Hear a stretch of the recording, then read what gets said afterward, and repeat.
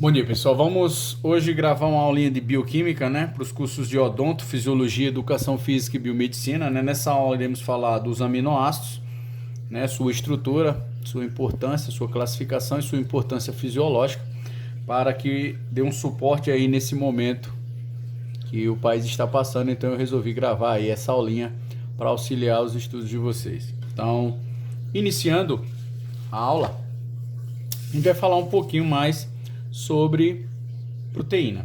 Então, proteína, como vocês já sabem das aulas anteriores, a proteína ela é formada por um polímero de aminoácido. Cada aminoácido desse a gente chama de monômero. E o que seria um monômero? Um monômero é um aminoácido.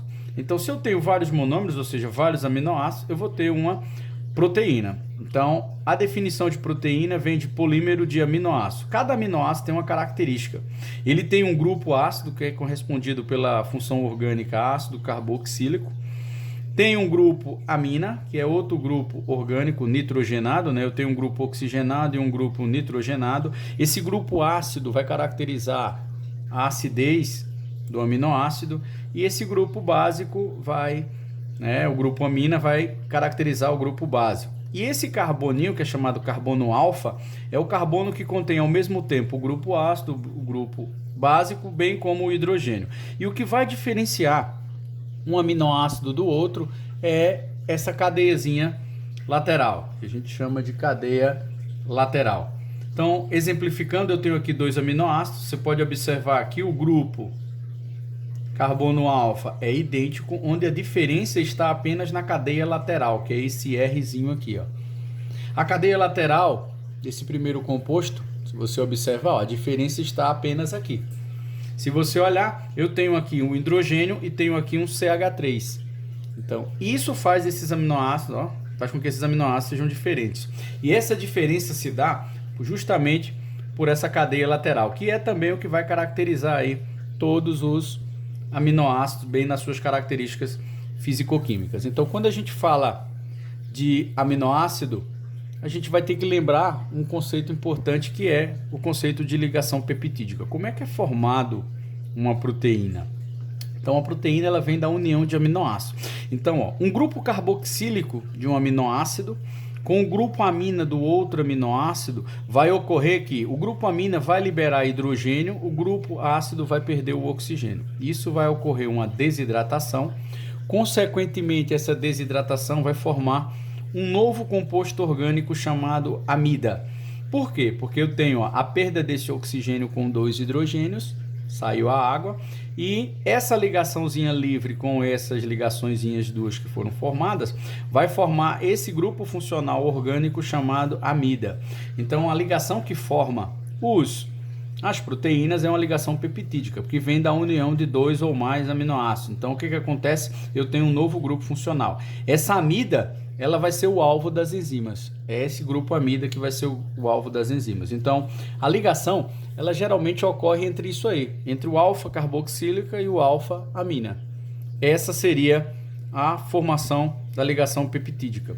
Se você tiver até 100 aminoácidos ligados, a gente diz que isso é uma proteína pequena, ou a gente chama de peptídico, né? O peptídeo.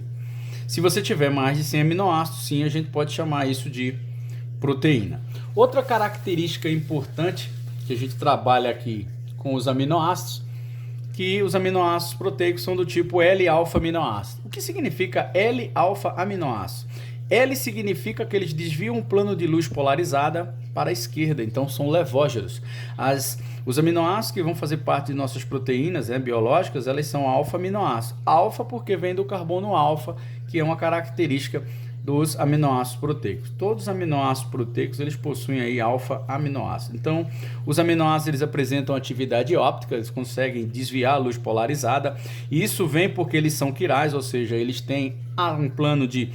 são assimétricos, então ele tem um plano quiral, que seria 4 ligantes diferentes, que aí seria a amina, o ácido carboxílico, a gente vê aqui, ó, a amina, o ácido carboxílico, o hidrogênio e o grupo metil. Então eu vou ter, por exemplo, para a alanina, o L-alanina e o D-alanina. O L-alanina sim vai ser reconhecido e vai se transformar no aminoácido proteico. O D-alanina não, ele pode entrar numa rota metabólica, fazer parte, virar energia, já que possui carbonos, mas para virar proteína biológica, o L-alanina sim seria o responsável por isso. Os aminoácidos têm uma maneira bem interessante de se comunicar com o nosso DNA. Então, como é que o corpo consegue fazer uma proteína usando aminoácido? Então, o código genético, ele trabalha praticamente com 20 aminoácidos essenciais. Por que o nome é essencial? Porque eu preciso usar ele, ou seja, ter ele na alimentação. Eu preciso comer esse aminoácido. Então, esses 20 aminoácidos essenciais eu preciso, né, obrigatoriamente estar presente na minha dieta. 10 deles são indispensáveis. Então, como é que o corpo faz? O corpo praticamente ele trabalha com reconhecimento. Por exemplo, eu peguei aqui a fenilalanina. Fenilalanina é um aminoácido que tem 3 bases nitrogenadas que compõem sua estrutura. Essa base, esse conjunto de 3 bases a gente chama de trinca, que a gente corresponde também costuma chamar isso na biologia molecular de códon. Cada códon desse reconhece um aminoácido. Então, o que é que nosso corpo faz? Ele vai buscar, através do seu RNA transportador, esses códigos, ou seja, essas bases nitrogenadas para montar a proteína específica que o corpo necessita. Vai ter o RNA mensageiro que vai trazer a sequência que ele quer e o transportador vai buscar isso. As bases nitrogenadas que estão sempre representadas por isso, nós já sabemos, é adenina, timina, citosina e guanina. E a cadeia lateral é quem vai ser responsável pelas características de quem? Dos aminoácidos. O Rzinho, essa cadeia lateral que a gente vê aqui, ó, essa cadeia lateral é que vai ser responsável aí por todos essas características aí dos aminoácidos. Então, todas as propriedades, se ele é polar, se ele é apolar, então isso é quem vai garantir esse mecanismo. Como a gente observa, se você tiver um pouco de atenção, a gente observa aqui a classificação. Por exemplo, eu posso classificar um aminoácido em básico, ácido, polar, neutro, apolar e especial. Quem é que vai caracterizar isso daí? Se ele é polar, se ele é apolar? Bem simples, ó. Se você pegar o básico, ele tem aqui o carbono alfa, que eu coloquei aqui de vermelhinho. Todos os outros vão ter esse carbono alfa, como vocês podem observar. Ó. Todos esses, eles têm o carbonozinho alfa, ele está marcadozinho aqui, ó. Carbonozinho alfa. Todos eles têm, ó, carbono alfa, carbono alfa, carbono alfa, todos eles têm o carbono alfa. Só que a diferença está aqui, ó. Para ser considerado um aminoácido básico, o que que acontece? Eu tenho aqui uma cadeia carbônica, ó, e tenho quem? O grupo amina. É ele que caracteriza o grupo básico. Já o ácido, eu vou ter o grupo ácido carboxílico. Um polar neutro, o que que acontece? Ele tem aqui, ó, cadeia carbônica, mas ele tem um elemento muito negativo. Como ele não tem carga disponível, mas ele tem eletronegatividade, ele polariza o aminoácido. Já os apolares, geralmente é composto por um hidrocarboneto. Você vai ver logo que aqui eu vou ter cadeias carbônicas. O que é um hidrocarboneto? São cadeias que só contêm carbono e hidrogênio na sua estrutura. Já os aminoácidos especiais, aí a gente já tem uma observaçãozinha aqui, ó. A cisteína, ela tem enxofre na sua estrutura. A glicina, ela tem 2 hidrogênios iguais, que faz com que ela não tenha atividade óptica. E a prolina, ela tem uma ligação entre o carbono alfa, ó, ela faz um ciclo entre o carbono alfa, tá vendo, ó, e o nitrogênio do carbono alfa, que isso se chama iminoácido. Então, de um modo geral, essas características dos aminoácidos vão fazer com que eles tenham propriedades que vão representar praticamente as suas proteínas, como é o caso aqui. A proteína ela pode ser básica, pode ser ácida, pode ser neutra, polar, ela pode ser apolar, que a gente chama na bioquímica de apolar, de hidrofóbica, porque não tem muita afinidade. Então as apolares elas têm uma tendência maior de se solubilizar em lipídios, ok? E quando a gente fala de caráter anfótero, quando a gente está falando assim, o caráter anfótero, o que seria um caráter anfótero? O aminoácido ele tem uma região ácida e tem uma região básica. E eu tenho aqui, ó, a sua cadeiazinha lateral. Então, existe um doador de próton e existe um receptor de próton. E isso é fundamental, principalmente aonde? Na função das proteínas, principalmente lá nas membranas biológicas. Mas essa função, né, essa função básica proteica vai fazer com que, por exemplo, a gente consiga ter proteínas biológicas muito mais eficientes. Até porque a maioria dessas proteínas, né, que são formadas, bem como esses aminoácidos, são muito utilizados nas rotas metabólicas, tanto como neurotransmissor, como o ciclo da ureia, principalmente no metabolismo. E quando a gente fala do metabolismo, a gente destaca especificamente quem? As enzimas. A maioria das enzimas tem matriz proteica, mas nós temos enzimas como a riboenzimas, por exemplo, que não tem aminoácido em sua estrutura. Mas eu não posso afirmar que toda enzima é proteína, mas posso afirmar que a maioria das enzimas são de matriz proteica. E se tem proteína, consequentemente vai ter aminoácido. Eu dou um exemplo aqui, o citocromo C oxidase, que é uma proteína, uma enzima de membrana, bem como a lipase gástrica, que ela é específica do suco gástrico. Então, elas atuam aqui em pH diferente e com solubilizações diferentes. O citocromo C oxidase, ela é apolar, e a lipase gástrica, ela é polarizada. E o ambiente hidrofóbico e hidrofóbico, né, hidrofóbico e hidrofílico, por exemplo, né, você tem aqui um ambiente onde eu vou ter uma não afinidade com a água e eu vou ter uma afinidade com a água. Isso é muito importante, principalmente para enzimas que trabalham a nível de membrana plasmática. Por quê? Porque eu tenho um contato, ou seja, eu permito que algumas moléculas, tanto do meio extra como do meio intracelular, seja solubilizado lá a nível de membrana. Então, é como se você tivesse uma região polar, como a gente está vendo aqui, e uma região apolar. Esse ambiente é fundamental para as rotas de membranas. Por exemplo, se vocês já observarem, o grupo M é o grupo presente, que é um átomo de ferro mais 2, presente aonde em nossas hemácias, especificamente a hemoglobina, que é uma proteína de transporte. Então, o grupo M ele tem uma região que é polar, ou seja, os aminoácidos que estão aqui gostam da água, e tem uma região central que é apolar. Essa região não gosta da água, mas isso tem uma explicação fisiológica. Existem momentos onde os aminoácidos vão blindar todo esse mecanismo aqui de polarização da água. Por quê? Preste atenção, o ferro tem carga mais 2, então o oxigênio, como é muito eletronegativo, a única maneira dessa proteína transportar esse gás é por eletrostática, por atração eletrostática, então ele vai formar o óxido de ferro. Só que se for apolar, eu consigo desfazer essa ligação, mas se for polar, não. Então, por exemplo, se caso o ferro, essa região, esses aminoácidos fossem polarizados, ele não conseguiria ser reversíveis e, por exemplo, o indivíduo morreria por asfixia. Então veja a importância das características de um aminoácido no mecanismo bioquímico aí do funcionamento fisiológico. Outra coisa importante são as chamadas cadeias laterais. Aí você diz, a cadeia lateral, elas têm uma característica importante. É ela que vai dizer gosta de água, não gosta de água, conduz corrente elétrica, solvata, não solvata, hidrofóbica, especial. Então, uma característica é que essas cadeias laterais, elas formam ligações de hidrogênio. Por que com a água? Porque eu tenho átomos de oxigênio na carbonila e tenho átomos de hidrogênio lá na amina. Então, eu consigo fazer uma ponte ou ligação de hidrogênio. Antigamente chamava ponte, hoje a gente usa mais o termo ligação de hidrogênio. Essa ligação de hidrogênio ela vai fazer uma coisa fundamental.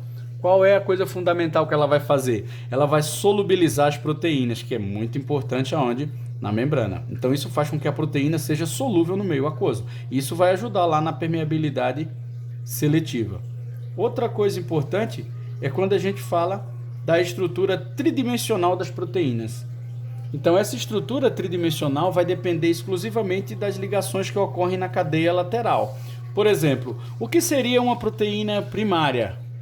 Uma proteína simples, onde ela só possui ligações peptídicas lá no grupo alfa-aminoácido, alfa-carboxílico lá, né? Alfa-amina e alfa-carboxílico. Então só possui ligações peptídicas. Quando você pega uma estrutura secundária, você observa que existe um enovelar, ou seja, ele tenta fazer aqui uma dupla hélicezinha, mas por quê? Porque começa a ter interações de ligação de hidrogênio em moléculas vizinhas. Então essas moléculas vizinhas conseguem ter uma interação de ligação de hidrogênio e ela começa a tentar enrolar a estrutura. Outra coisa é a terciária. Aí, além de você ter a peptídea, que é a ligação de hidrogênio, você começa a aparecer interações na cadeia lateral, que geralmente são por ligações covalentes.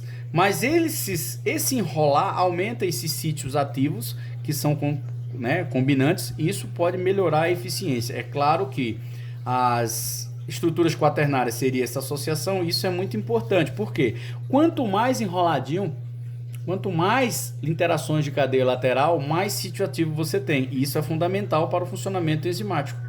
Por isso que proteína ela é sensível ao pH, nós vamos ver um pouco essa sensibilidade, e ela é sensível também, por exemplo, à temperatura. Quando você diz uma proteína desnaturou, ela tem todo esse comportamento de desenrolar, de quebrar todas essas estruturazinhas aqui que a gente está vendo. Então, quando você observa todos esses aminoácidos que estão ligados aqui, ele está ficando cada vez mais enrolado. Isso quer dizer que ele está tendo interações intermoleculares mais intensas ou ligações moleculares mais fortes. Isso faz com que ela enrole. Por isso que quando você tem temperatura, estado febril, por exemplo, alteração na temperatura corpórea, você pode desenrolar isso, que é o que a gente chama de desnaturar. Mas não só isso, como o pH também influencia, como a gente vai ver aqui agora nesse outro mecanismo.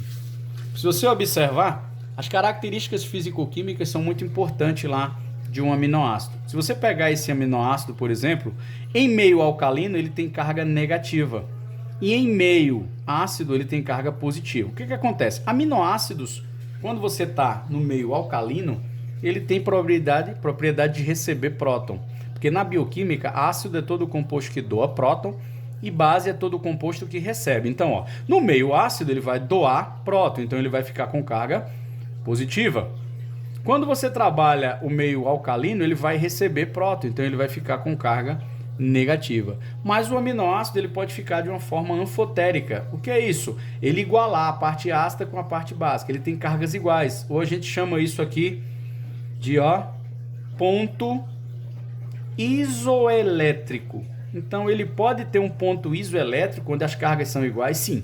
Que geralmente é o que é presente no pH fisiológico, onde a gente tem uma neutralidade. Por isso que o pH ele influencia nas reações com alguns medicamentos. Às vezes você tem uma enzima que só trabalha no estômago, tem uma enzima que só trabalha, por exemplo, no intestino, só na boca. Tem medicamento que só interage no estômago, no caso aqui seria representado pelo meio ácido, tem outro, por quê? Porque o medicamento ele está associado a proteínas que doam próton e não a quem recebe. Por isso que tem medicamento que não funciona às vezes no estômago, mas funciona no intestino e vice-versa. Isso vai depender muito da carga e da interação do pH, isso é importante. Então o pH fisiológico vai garantir isso.